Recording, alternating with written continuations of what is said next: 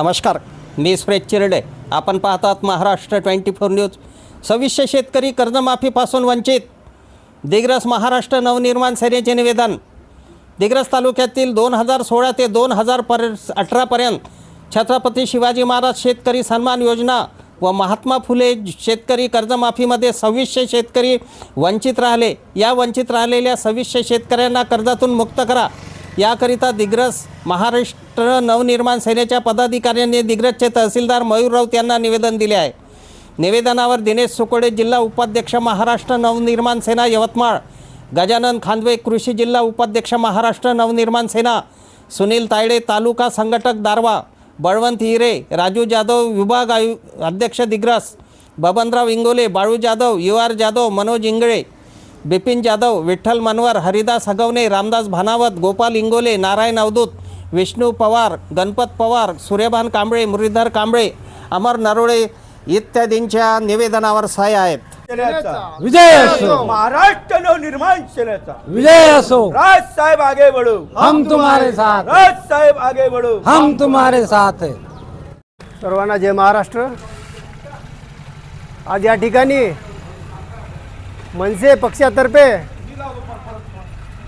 जो शेतकरी आहे या शेतकऱ्याची 2016, 17, 18 या सालची कर्जमाफी अद्यापसुद्धा झाली नाही आहे. मागील 3 वर्षाचं संपूर्ण सातबाऱ्यावरची कर्ज या सरकारनं कमी केलं, परंतु जुनी जे शेतकरी छत्रपती शिवाजी महाराज शेतकरी सन्मान योजना आहे, ज्योतिबा फुले योजना या अंतर्गत जी कर्जमाफी आहे ती अद्यापपर्यंत या सरकारनं पूर्ण केली नाहीत. जुन्या 2019 साली संपूर्ण कर्जमाफी करू असं फक्त आश्वासन दिलं आहे, पण आजपर्यंत कुठलीही कर्जमाफी झाली नाही. या सरकारला जर हे लवकरात लवकर कर्जमाफी केली नाही, 7/12 जर कोरा केला नाही तर मनसेचा इशारा या ठिकाणी आम्ही देतो. आणि या ठिकाणी एक सांगतो, 1 महिन्याच्या आत जर सर्व शेतकऱ्याची संपूर्ण कोरा 7/12 झाला नाही, या ठिकाणी आंदोलनाचा इशारासुद्धा या ठिकाणी देतो. जय हिंद, जय भारत. सर्वांना जय महाराष्ट्र.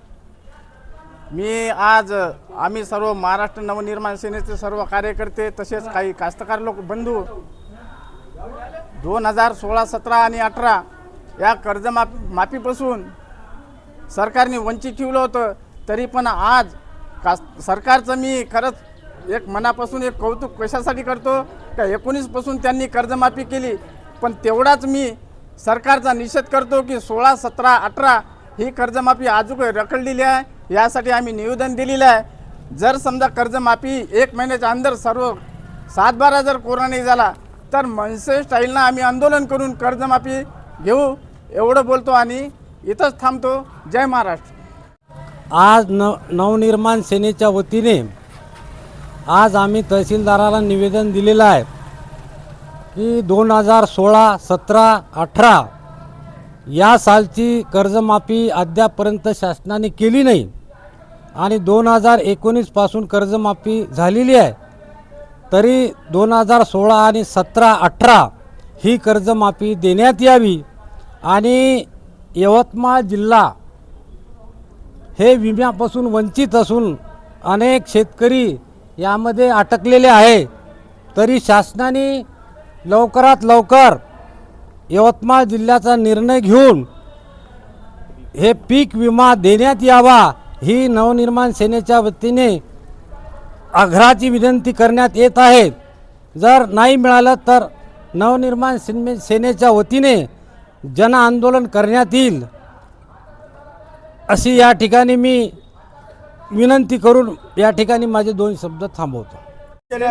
विजय असो महाराष्ट्र नवनिर्माण सेनेचा विजय असो. राज साहेब आगे बढ़ो, हम तुम्हारे साथ, राज साहेब आगे बढ़ो, हम तुम्हारे साथ है. अफजल खान, ऋषिकेश हिरासह मी सुरेश चिरडे, महाराष्ट्र 24 न्यूज, दिग्रस, यवतमाळ. आमच्या पुढील बातम्याचे अपडेट पाहण्याकरिता आत्ताच आमच्या चॅनलला सबस्क्राईब करा व बेल आयकॉनवरती क्लिक करा. धन्यवाद.